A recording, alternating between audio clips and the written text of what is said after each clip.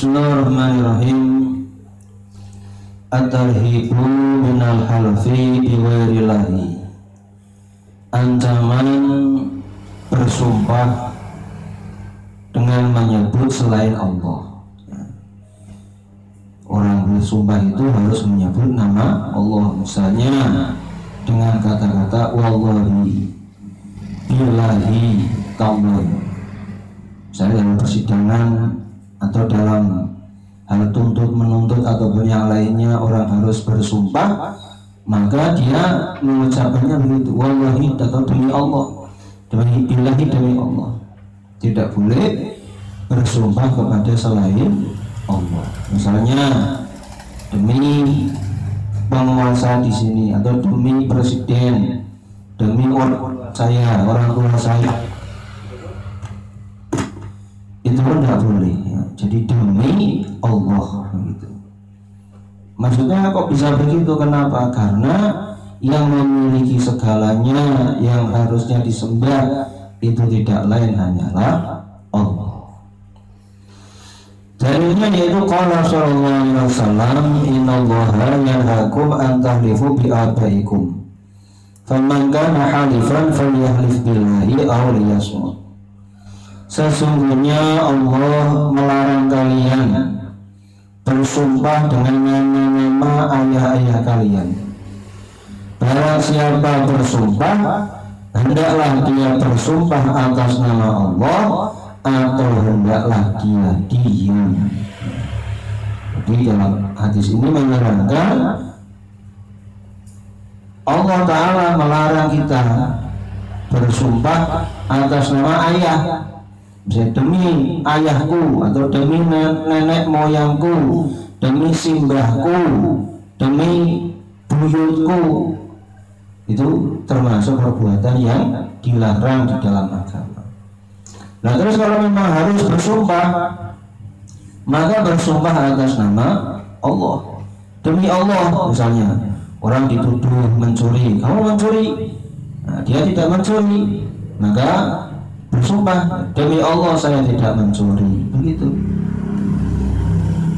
Tapi tidak boleh kok kemudian demi orang tua saya, demi simbah saya tidak mencuri. Ini tidak diperbolehkan. Atau kalau misalnya dia tidak mau mengucapkan demi Allah, lebih baik diam saja sudah. Nah, jadi pilihannya kalau orang mau sumpah atas nama Allah atau tidak, berarti diam ya. Kemudian dalam hadis selanjutnya waqala sallallahu alaihi wasallam man halafa bi ghairillahi faqad kafara wa asyraka wa qala ba'dul ulama wa hadha mahmul 'ala at-tawhid. Rasulullah sallallahu alaihi wasallam bersabda, barang siapa bersumpah atas nama selain Allah maka sungguh dia telah kufur dan musyrik. Musyrik itu maksudnya menyekutukan Allah. Tetapi sebagian ulama mengatakan hadis ini maksudnya menekankan beratnya orang bersumpah selain Allah. Tidak berarti maksudnya otomatis orang itu jadi kafir, itu tidak begitu.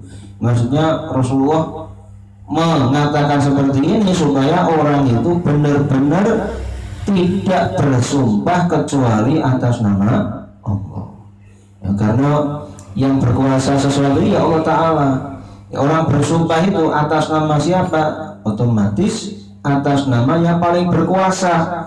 Yang paling berkuasa di dunia dan di langit tidak lain kecuali Allah. Maka kalau orang itu bersumpah atas nama selain Allah kayak seakan-akan orang itu menyekutukan Allah Subhanahu wa Ta'ala, seakan-akan ada kekuatan lain, ada yang berkuasa lain selain Allah. Itu maksudnya hadis ini. Cuman hadis ini tidak berarti otomatis orang kok bersumpah demi misalnya siapa, demi bapak saya, atau misalnya demi penguasa negeri ini, demi seluruh orang di dunia ini ya, kemudian langsung jadi kafir, itu tidak seperti itu. Ini cuma untuk menekankan larangan tersebut. Sampai ditekankannya jangan sampai orang bersumpah kepada selain Allah, diriwayatkan wa Ibnu Mas'ud radhiyallahu anhu qala, diriwayatkan dari sahabat Ibnu Mas'ud radhiyallahu anhu yang mengatakan la an ahlifa billahi kadziban ahabbu ilayya min an ahlifa bi ghairihi wa ana shadiqun. Sungguh aku bersumpah dengan nama Allah secara dusta itu lebih menyenangkan bagiku, lebih aku sukai daripada aku bersumpah atas nama selain Allah walaupun aku benar. Jadi kata Ibnu Mas'ud, ya, lebih baik saya itu bersumpah atas nama Allah walaupun saya dusta. Misalnya saya bersumpah atas nama Allah atau billahi saya tidak pergi ke sana padahal dia pergi. Itu lebih mending daripada orang mengatakan atas nama bapak saya, demi bapak saya pergi ke sana. Ya dia benar-benar pergi ke sana, ya benar. Tapi karena sumpahnya tidak atas nama Allah, maka itu kata Ibnu Mas'ud jangan sampai saya lakukan. Jadi saking beratnya orang bersumpah tidak menggunakan nama Allah, maka ini harus diperhatikan benar-benar, ya, jangan bersumpah kepada selain Allah, ya. Karena itu nanti ada seakan-akan orang itu menyekutukan Allah Ta'ala. Kemudian bab an-nadhru, bab tentang nazar. Nazar itu orang misalnya mengatakan kalau saya sembuh dari penyakit ini maka saya akan sholat 10 rakaat atau saya akan sholat 100 rakaat. Itu namanya nazar. Atau dia mengatakan saya nazar kalau saya lulus sekolah ini saya nanti akan sedekah 1 juta rupiah. Itu berarti namanya nazar.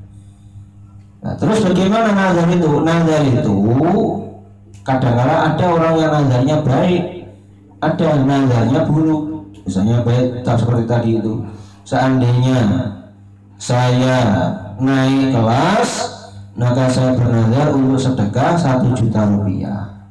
Ada juga orang yang nazarnya buruk, misalnya kalau saya naik kelas maka saya akan mencuri uang 500.000 rupiah misalnya. Itu kan nazar juga, tapi nazar tidak baik. Nah, bagaimana seperti itu? Maka Rasulullah SAW mengatakan, Rasulullah SAW bersabda, man nadhara ayyuti Allah Ta'ala falyutihu wa man nadhara ayyasiyahu fala ya'sihi. Barang siapa bernazar taat kepada Allah Ta'ala maka hendaklah dia taat, dan barang siapa bernazar untuk maksiat kepada Allah maka janganlah dia maksiat. Misalnya kalau orang itu misalnya tadi itu ya, hajatnya terpenuhi, maka kalau hajatnya itu kemudian nazarnya adalah taat kepada Allah, ibadah, ya, seperti misalnya tadi itu kalau saya sembuh saya bernazar sholat 100 rakaat, maka kerjakan sholat 100 rakaat. Tapi kalau misalnya orang misalnya mengatakan kalau saya itu sembuh nanti saya akan pesta minuman keras, tunggu apa, anggur orang tua misalnya, pesta anggur orang tua gitu. Nah itu jangan dikerjakan. Nah terus bagaimana kalau dia sembuh benar? Maka dia berarti harus membayar kifarah sumpah. Jadi nazar itu sama dengan sumpah. Otomatis kalau dia tidak dikerjakan harus dikabur atau bayar kifarah. Ya. Tapi orang itu jangan sedikit-sedikit nazar, sedikit-sedikit nazarnya. Rasulullah mengingatkan orang itu tidak usah banyak-banyak nazar. Pokoknya kalau memang dia itu mendapat rezeki atau mendapat kenikmatan, lebih bersyukur begitu. Ya, tidak usah diucapkan, ya, tidak usah diucapkan dengan nama nazar. Ya, misalnya kalau ada keinginan ya sudah dipendam aja dalam hati. Karena ini kata Rasulullah SAW, wa kana sallallahu alaihi wasallam yanha 'anil nadri wa yaqul innahu la yarudu syai'an wa innama yustakhraju bihi minal bakhil. Baginda Rasulullah SAW melarang dari nazar dan beliau bersabda, sesungguhnya nazar itu tidak bisa menolak sesuatu. Adapun nazar itu keluar dari orang yang bakhil. Maksudnya sebetulnya nazar itu tidak menolak kemaburan, tidak mendatangkan kemanfaatan, ya tidak. Jadi orang nazar tidak nazar itu sebetulnya ya sudah takdirnya seperti itu. Cuma kadang-kadang orang itu nazar karena orang bakhil. Sebenarnya kalau dia agak bakhil, misalnya orang kalau saya naik kelas saya akan sedekah 1 juta. Kalau orang nggak baik nggak usah begitu, sudah otomatis sudah sedekah. Ya, orang misalnya nazar kalau saya sembuh saya akan sholat 100 rakaat. Orang tidak sholat 100 berarti orang bakhil. Nah, kalau dia itu tidak bakhil ya sudah otomatis dia sudah sholat 100 rakaat karena syukur kepada Allah. Maka ini kalau orang itu ya, ada sesuatu lebih baik tidak usah nazar-nazaran, ya, tidak usah bernazar. Tapi kalau memang sudah terlanjur nazar, maka hendaklah nazar itu dipenuhi.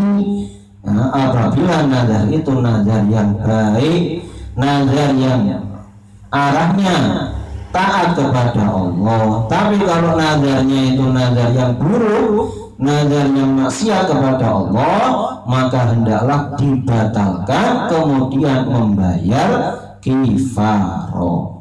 Ya. Itu. Mudah-mudahan Allah Subhanahu wa taala memberikan kita kepahaman, memberikan kita istiqomah di jalan Allah Subhanahu wa taala.